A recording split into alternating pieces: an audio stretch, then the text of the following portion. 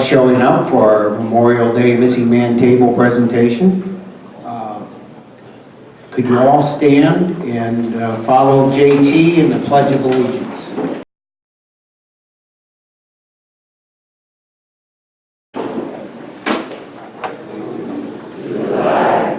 United States of America, and to the republic for which it stands, one nation, under God, indivisible, with liberty and justice for all. Everyone can do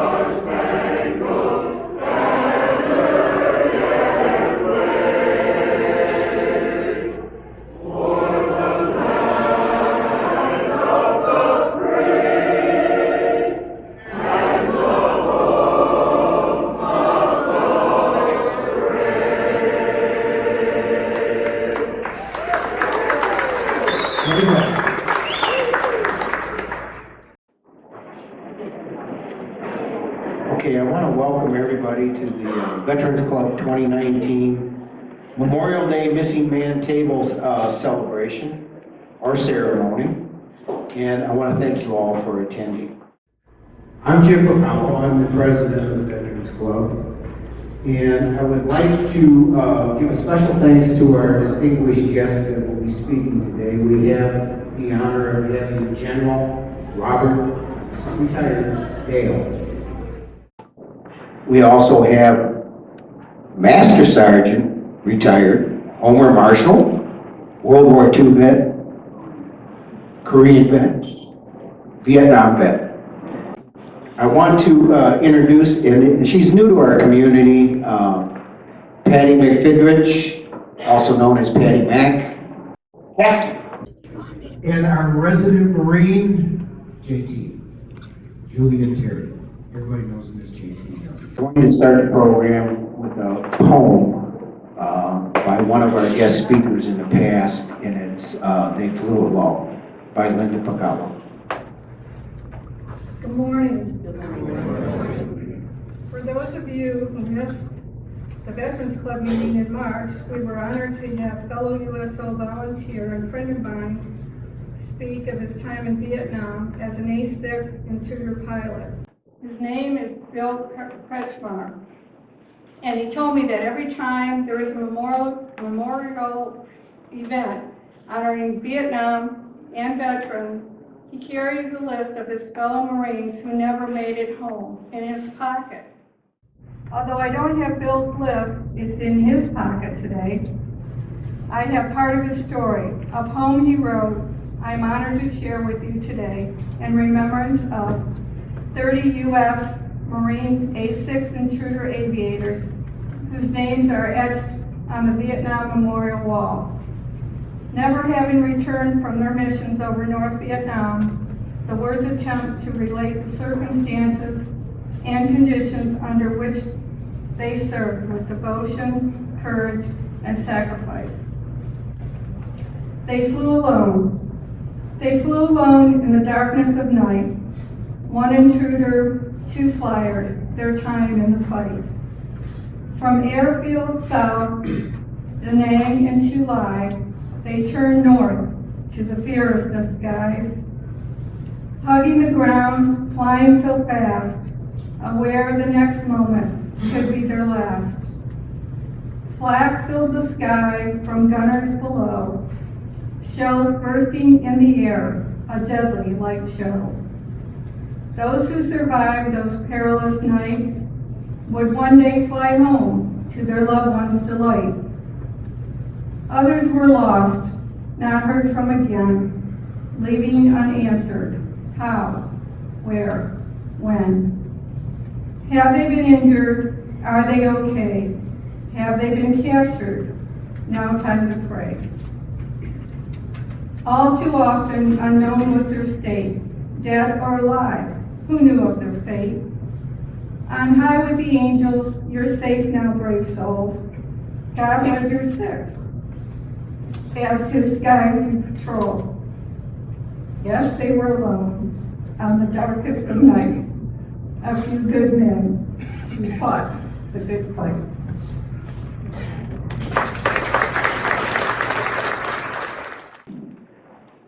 Folks, I know a lot of you have never been to a formal military presentation of this, but I'm going to introduce, this is a tradition brought back from Vietnam War, carried out today. I'm going to introduce Glenn Leaf, who will do the presentation of the Missing Man Litany.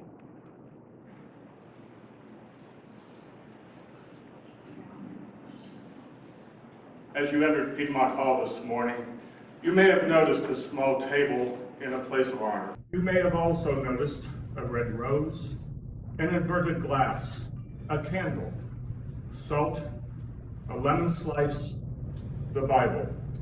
The table is reserved to honor those still missing. They are commonly called POWs or MIAs. We call them brothers. They are unable to be with us this morning, and so we remember them in this way.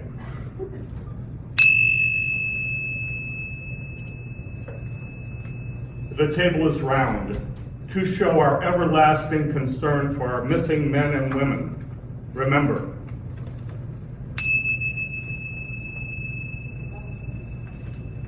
The table is small, set for one, symbolizing the frailty of one prisoner alone against his oppressors.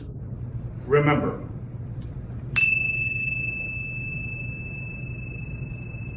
The tablecloth is white, symbolizing the purity of their intentions to respond to their country's call to arms. Remember. A yellow ribbon, a symbol of our continued uncertainty, hope for their return, and determination to account for our missing. Remember. A candle. The candle is lit.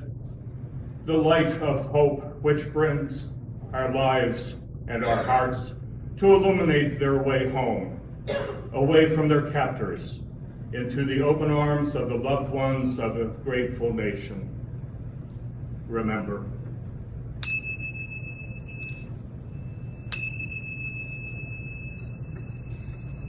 A slice of lemon on the bread plate to remind us of the bitter fate of those captured and missing in a foreign land.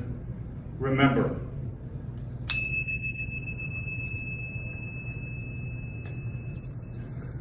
A pinch of salt, symbolizing the tears of our missing and their families, who long for answers after decades of uncertainty. Remember. A Bible representing the strength gained through faith to sustain those lost from our country, founded as one nation under God. Remember.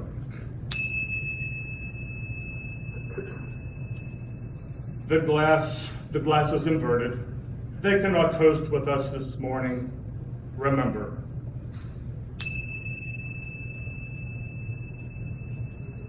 The chair is empty. They are missing. Remember.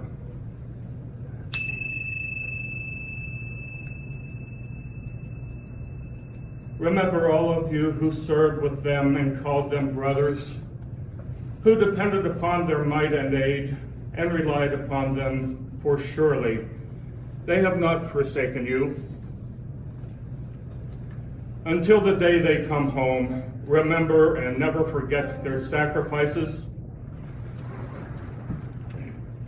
May God forever watch over them and protect them and their families until they all return. We will remember.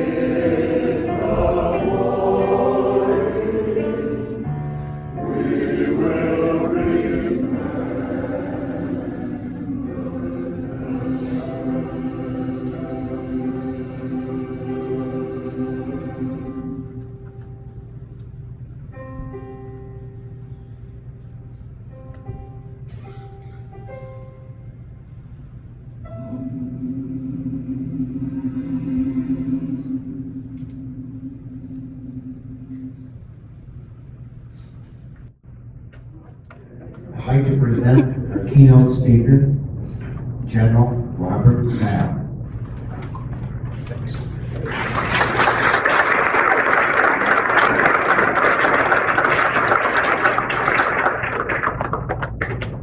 You know, the standing of the national anthem, we're all standing together singing this wonderful, great song about our country. You have the Missing Man formation that Glenn did so well there, and the chorus is part of that. If that doesn't get you fired up inside with the right attitude on Memorial Day, then you got a lot of green wood in your fireplace. I gotta tell you, when I was sitting here, you were in there shouting and barking off some orders here earlier. I thought I was back at Fort Benning in basic training. Hey, flashbacks, man. I have flashbacks. Well, good morning to each of you on this great American Memorial Day. And I am honored to observe it here with you today. This year's Memorial Day is the 75th anniversary of D-Day, World War II, Normandy. It is also the 50th anniversary of a fierce battle in Vietnam that lasted from days to weeks at Hamburger Hill.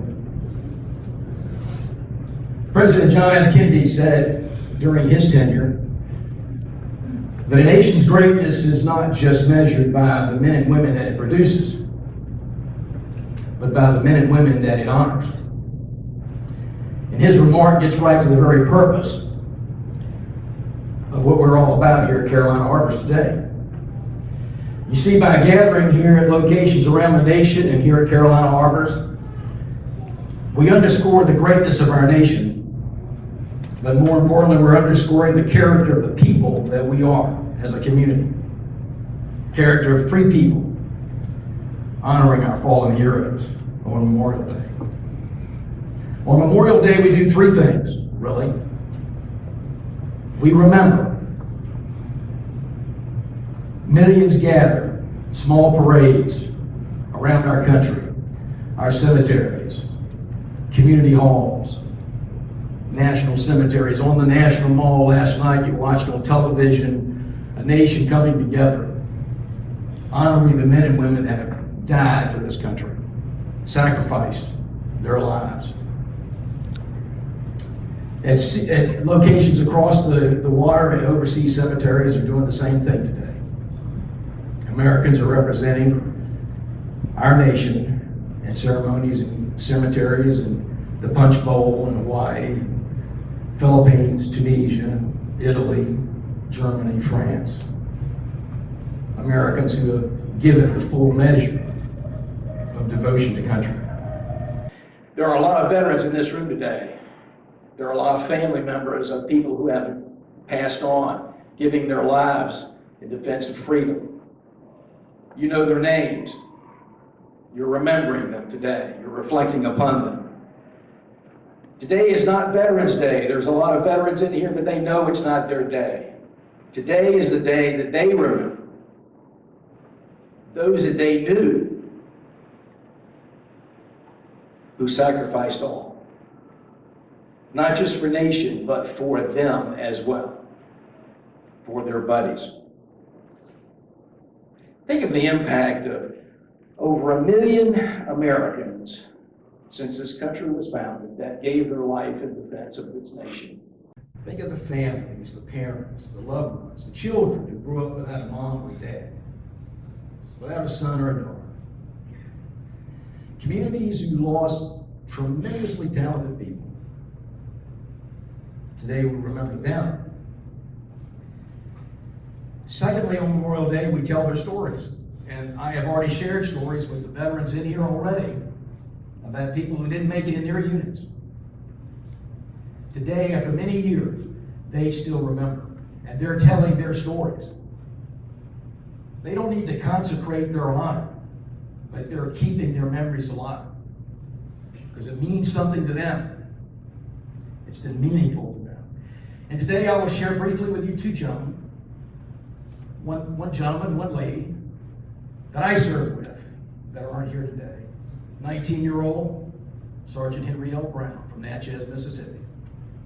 Every Memorial Day I think of Henry Brown. Sat in his living room with his mother, her only son, a Gold Star mother who was a remarkable lady. And Henry is buried on the high bluffs overlooking the Mississippi River today, giving his life as part of the 3rd Brigade Combat Team, 24th Infantry Division, as they attacked into Baghdad, and he was killed by an RPG round. Major Marie Rossi, commander of Bravo Company, 159th Aviation Regiment, my division, 24th Infantry Division, attacking in Desert Storm. Major Rossi was the first female officer killed in combat, direct combat, in the American history. Marie Rossi was from the Northeast. Henry L. Brown was from Mississippi. One was white, one was black. One was a woman, one was a man. Their diversity in depth underscored the shared values of this country, uniquely American. Spirit of freedom. A spirit of self-sacrifice, serving something higher than self. And you, as well, have many stories to tell. The third thing we do on Memorial Day is we honor. We revere the day. It's not Happy Memorial Day. It is Memorial Day for the American society. They have already consecrated the freedoms that we enjoy. But with honor, there is renewed commitment. With honor, there is renewed sense of responsibility. I cannot think of better words than the charge of our 16th president, Abraham Lincoln, in November of 1863 in Gettysburg. In 210 words, in 10 sentences, in 2.5 minutes. He pretty much underscored how we as Americans should feel on a day like today. He said in part, it is for us, the living, to be dedicated here to the unfinished work, which they who fought here have so nobly advanced. It is rather for us to be here dedicated to the great task remaining before us, that for these honored dead, we take increased devotion to that cause for which they gave the last full measure of devotion. That we, here, the living, highly resolve that these dead shall not have died in vain, and that this nation under God shall have a new birth of freedom. Every time on Memorial Day that we as a nation gather, us the living, we demonstrate our character. We underscore our love of country, our love of God, our fellow man, and for us, the living, to rededicate ourselves to the unfinished work of breathing new and fresh spirit into this great American nation, to make it a more perfect union. It gets a refreshed spirit of freedom. And we're also demonstrating our civic responsibility and our worthiness to inherit this great nation's freedom and liberty. I am so thankful to be able to be here today to celebrate and honor our fallen here at Memorial Day, to remember them, to tell their stories, and to honor them with my neighbors here at Carolina Arms. And by doing so, I think we demonstrate the kind of character we have as a community and the greatness we have as a people. Thank you very much.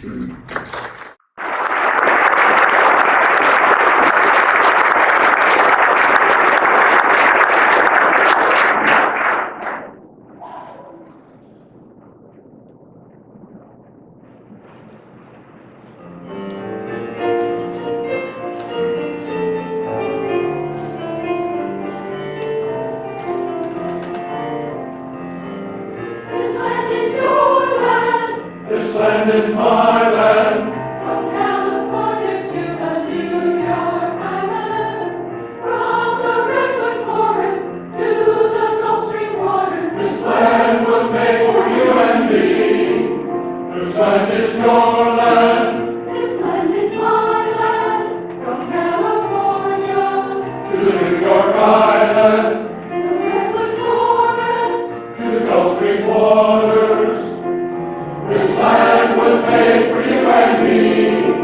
As I was walking up the highway, I saw above me an endless skyway. I saw below me that golden valley. This land was made for you and me. I rode and rambled and followed my footsteps, the sparkling desert. Desert, and all around me a voice was sounding. This land was made for you and me. The sun was shining and I was strolling, and the windmills waving and the dust clouds rolling. As love was lifting, a voice was chanting. This land was made for you and me.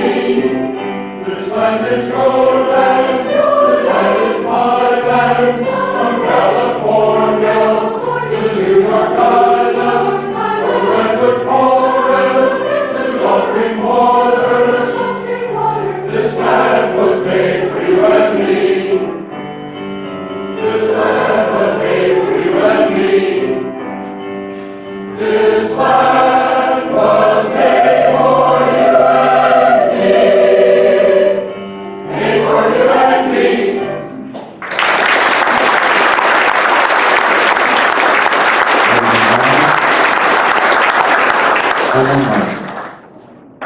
World War II vet. Korean. Vietnam vet. Homer, it's all yours.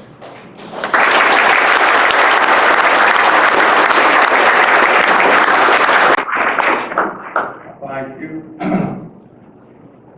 I served in 3 wars, World War II, Korea, and Vietnam. I was with the United States Navy on board the USS Wilmot, the destroyer escort with the Navy during World War II. We served in one of the biggest naval battles ever fought in the military history. The battle for Leyte Gulf in World War II. Korea, I served with the 3rd Division, and Vietnam, I served with Special Forces.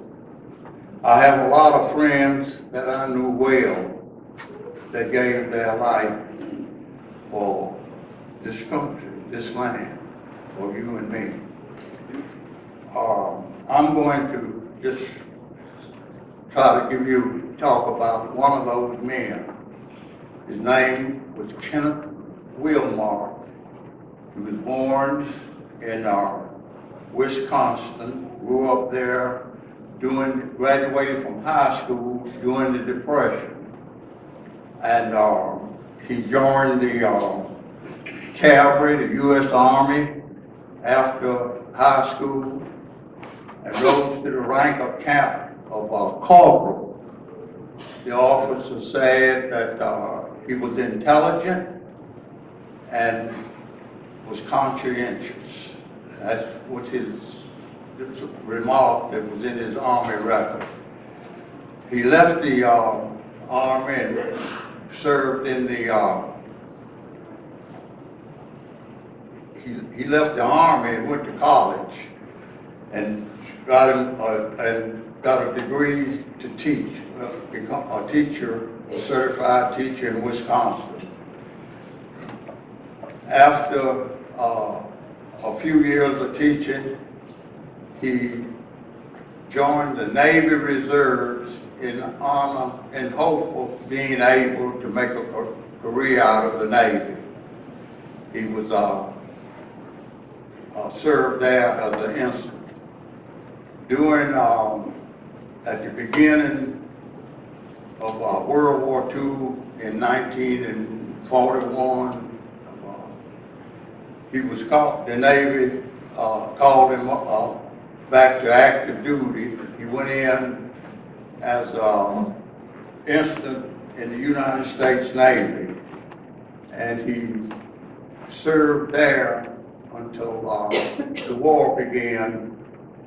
He was, some of you all older individual probably remember the USS Hornet, a Navy carrier. Well, he was in that convoy with the Hornet in the South Pacific when the Japanese started to build an air base on Guadalcanal, which was going to become a problem if they hadn't built built that base there. So a convoy of ships, the Vincennes, which was a troop carrier, loaded with Marines, and the Hornet and several other vessels sailed to the Guadalcanal, and of course the Marines was landed there and went ashore, but the other ships was patrolling outside of Guadalcanal and was supplies and defense for the Marines on shore. The Japanese fleet discovered they were there, and the Japanese, of course, you know, had a very powerful navy. They moved in and sank the smaller ships, the Vincennes, which Kenneth was on, and they named it Iron Bottom. The Japs sent 4 American ships to the bottom of the sea there. President Roosevelt, when he notified the family, he explained to them how Kenneth died and that there was no possible way that they could rescue the remains.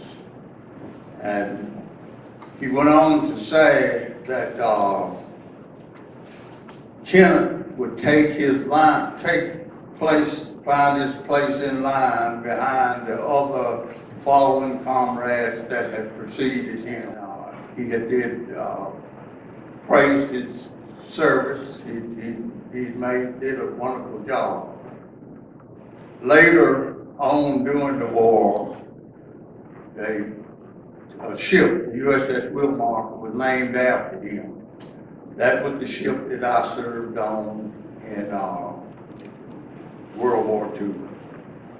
No one on that ship, to my knowledge, was killed during the war. We were lucky. We, of course, as I mentioned earlier, was in one of the largest Navy battles in history, the invasion of Leyte Gulf. I am honored and consider this a privilege to be here to tell the story of one of my comrades who was able, who got in the line, took his place in line after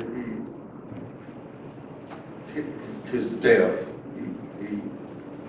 He joined other comrades who had preceded him in this line of soldiers or military people who've given their life for this country. And I'm honored and privileged to have served and be able to just mention this one soldier that I know, the sailor that I know that gave his life. Of course, I personally knew people that was killed in Korea and Vietnam, but they all took their place in line with the people, the soldiers that preceded them on this journey, the fight for freedom. And I'm here to remember all the fallen soldiers and sailors and Marines throughout the history that have served, and I feel honored and privileged to have played a small part in the service of this country. Thank you very much.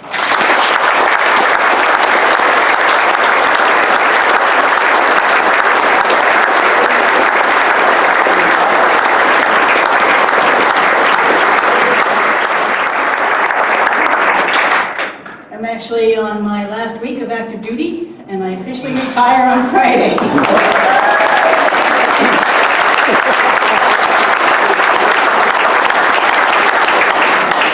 So I have two Coast Guard heroes that I wanted to briefly talk about today. The first one, a World War II veteran, is Douglas A. Monroe.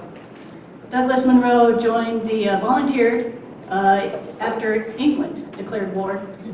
His mother was a ex-English woman, and born in Canada, they moved down to Washington State. So he volunteered and joined the Coast Guard basically right as soon as England declared war. He served with of course, the Coast Guard at the time was under the Department of the Treasury, but in wartime it falls under the Department of the Navy. So he did serve with the Navy. He was stationed over in the Pacific. Let me read you a little bit about what he did.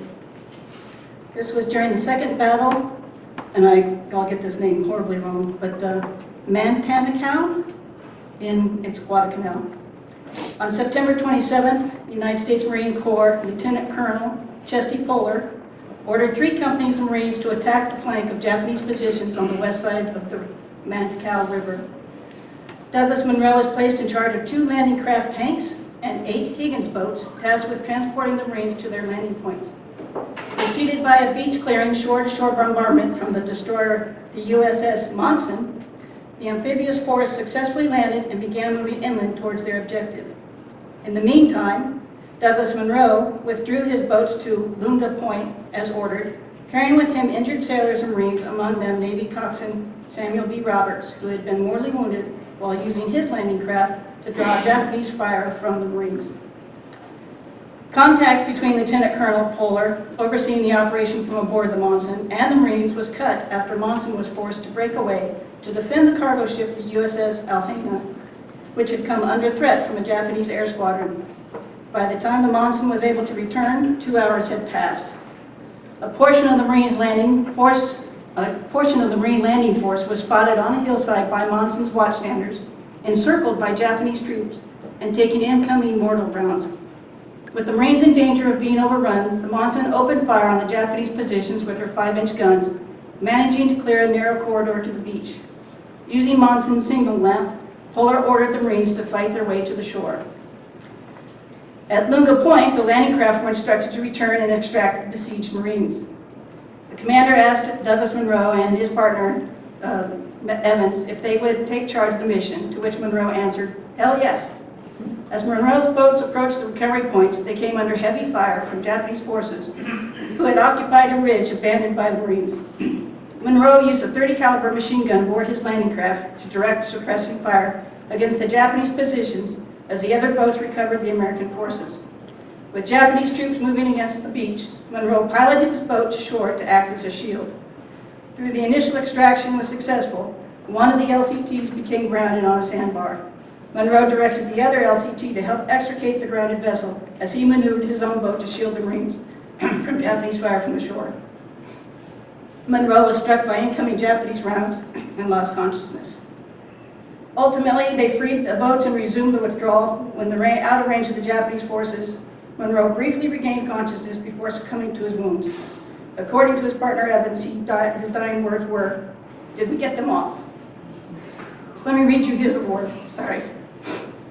For extraordinary heroism and conspicuous gallantry in action above and beyond the call of duty, as officer in charge of a group of Higgins boats engaged in the evacuation of a battalion of Marines trapped by enemy Japanese forces at Point Cruz, Guadalcanal, on September 27, 1942.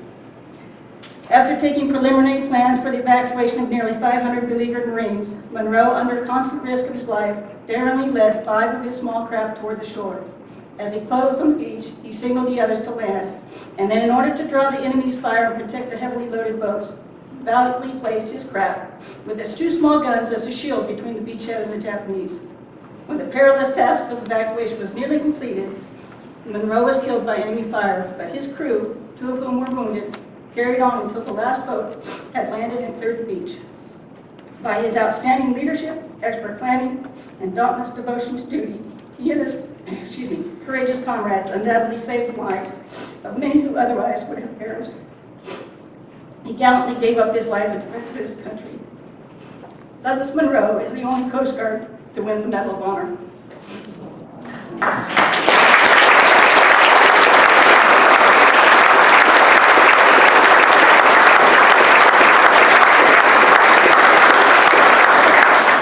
I should point out he died at the age of 22. So the second one I'd like to tell you about did not die under the hail of bullets, but she was battling Mother Nature, and as you know, sometimes she can be as cruel as a hail of bullets.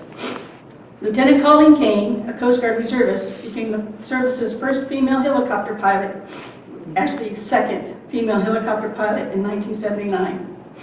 She earned her commission from OCS in 1976, and while she was waiting her orders to go to flight school, she actually earned her own private pilot's license. She graduated from flight training at Pensacola in 1979, becoming the Coast Guard's second female helicopter pilot in history, but the first HH-52 helicopter pilot for the Coast Guard. As a pilot, she flew remarkable missions and earned qualifications as a co-pilot, and then more advanced as a first pilot, and then ultimately as an aircraft commander for the Coast Guard.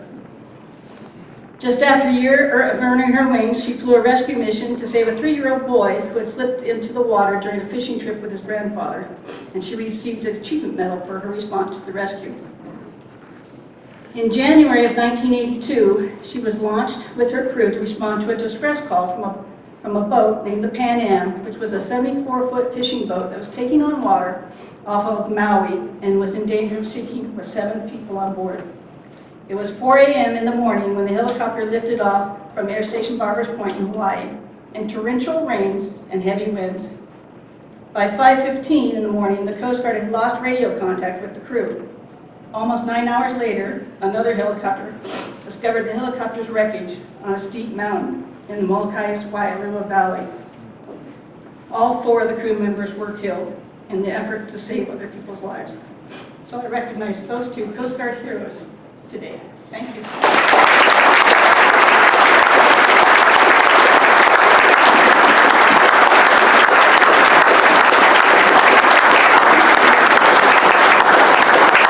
I'm glad I'm not the only one who gets choked up. And I do want to point out, Patty Mack is a recipient of the Distinguished Flying Cross. One of the few women.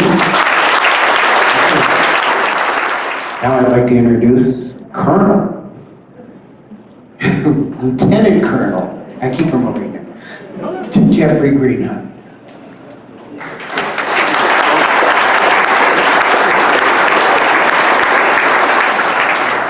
I'm going to start by doing something I never thought I'd do in my entire life. Okay, there's a 3-star general sitting over there. Hi, Bob.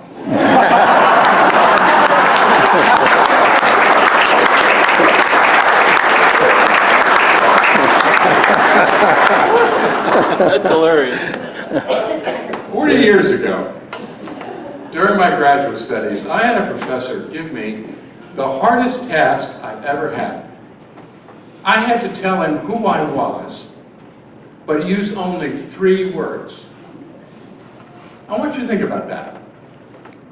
How could you go up to a perfect stranger, you want to tell them the most you can about yourself, but you can only use 3 words. And it took me years to figure those 3 words out. But eventually, the first word I settled on was soldier. Above all else, I am a soldier. An old girlfriend once told me that she was complaining about my short hair. And I said, soldiers don't have long hair. She said, well, you're not a soldier anymore, you're retired. I said, you don't understand. Soldiering isn't something I did. A soldier is who I am. All of us veterans know what I'm talking about. I think if any of us woke up one day, miraculously transported back in time to the Continental Army, or to Gettysburg, or onto a ship captained by John Paul Jones, or a division going ashore on D-Day, or at Tarawa, or in a B-17 over Germany, or God forbid in Vietnam, the very first thing we would ask would be, hey sir, what's my mission? Well, that would probably come after the oh shit, but...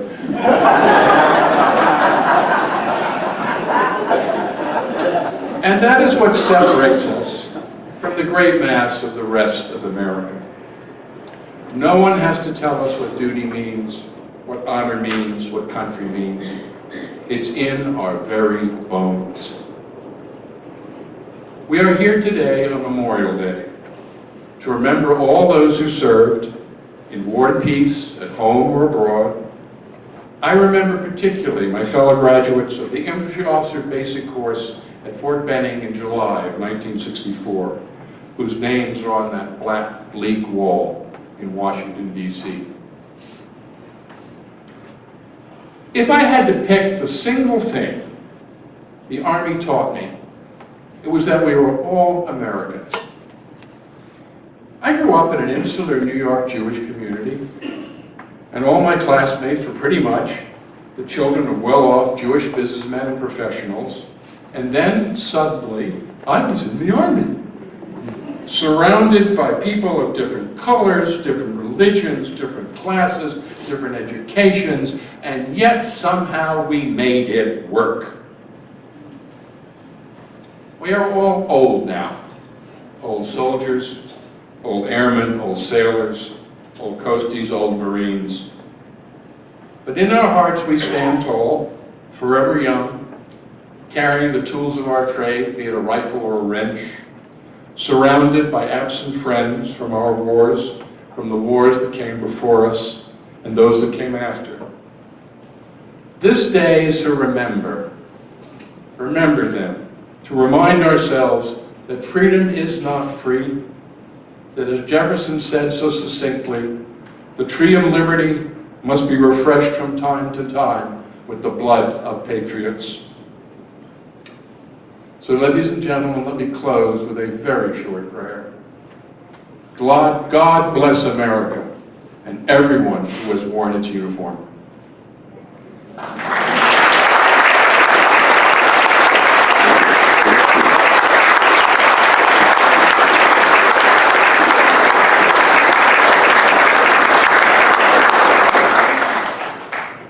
General, Colonel, Master Sergeant, Captain. I had to go last because I have the least amount of rank. I gave this speech a couple of years ago, and Jim Pucolo asked me if I'd give it again, so probably all forgot it anyway.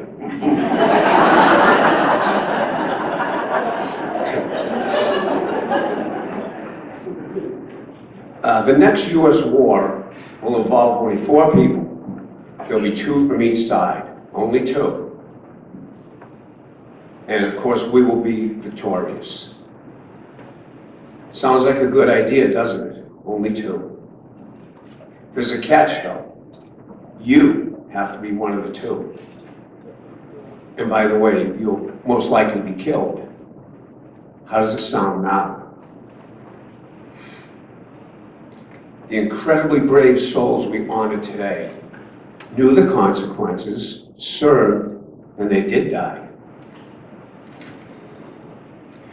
So what does Memorial Day mean to you?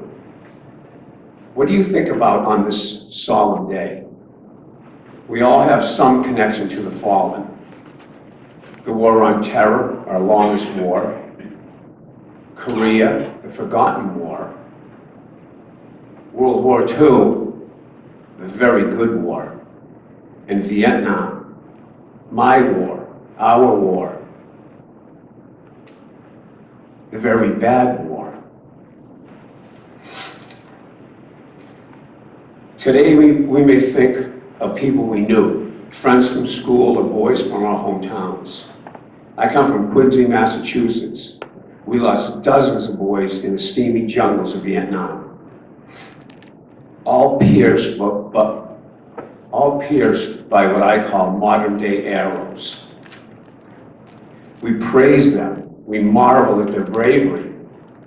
We're glad we knew them. We're happy we're not them. Why do I call them boys?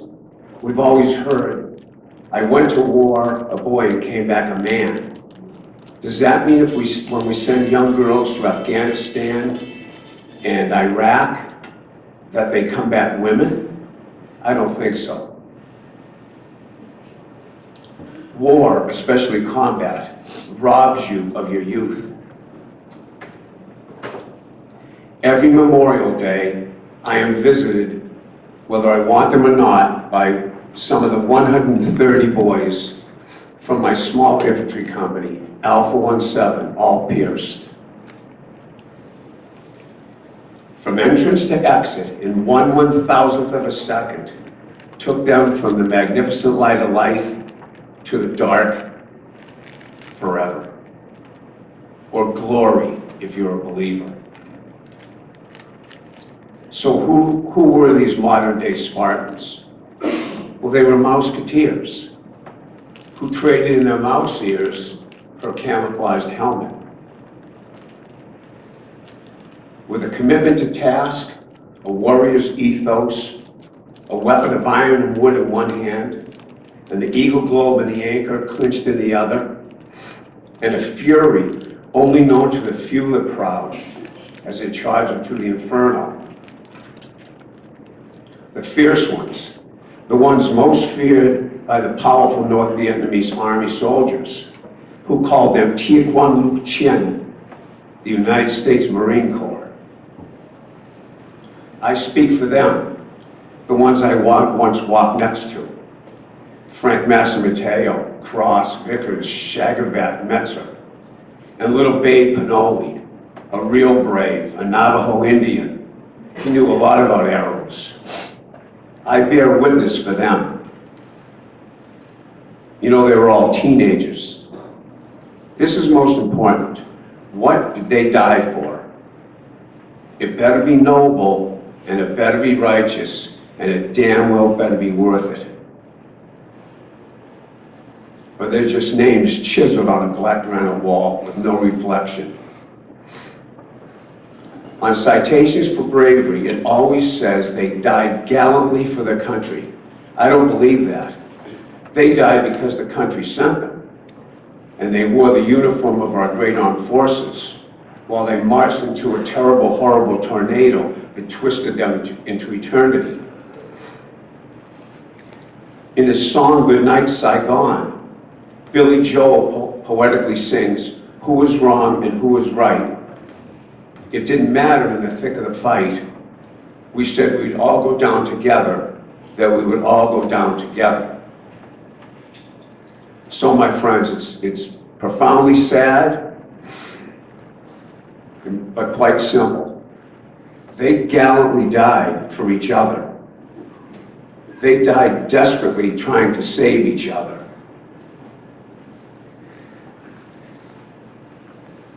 They died saving me. And maybe in some measure, all of you. Semper Fidelis.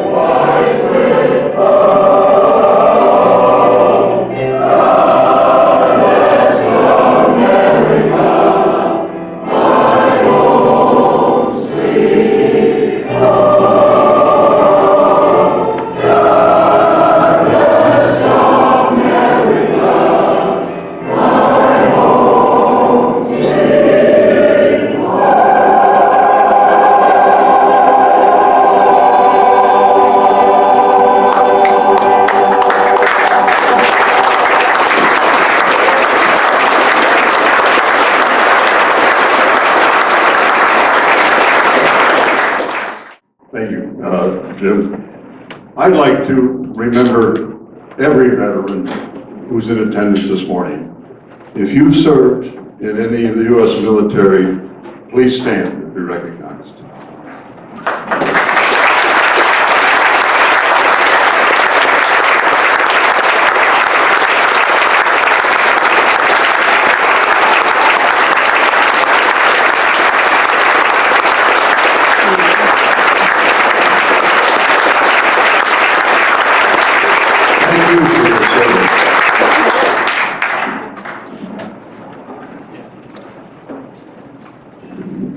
I'm going to conclude this, and I want to thank everybody that's participated today. I want to thank the Carolina Harvest Choir for the beautiful job.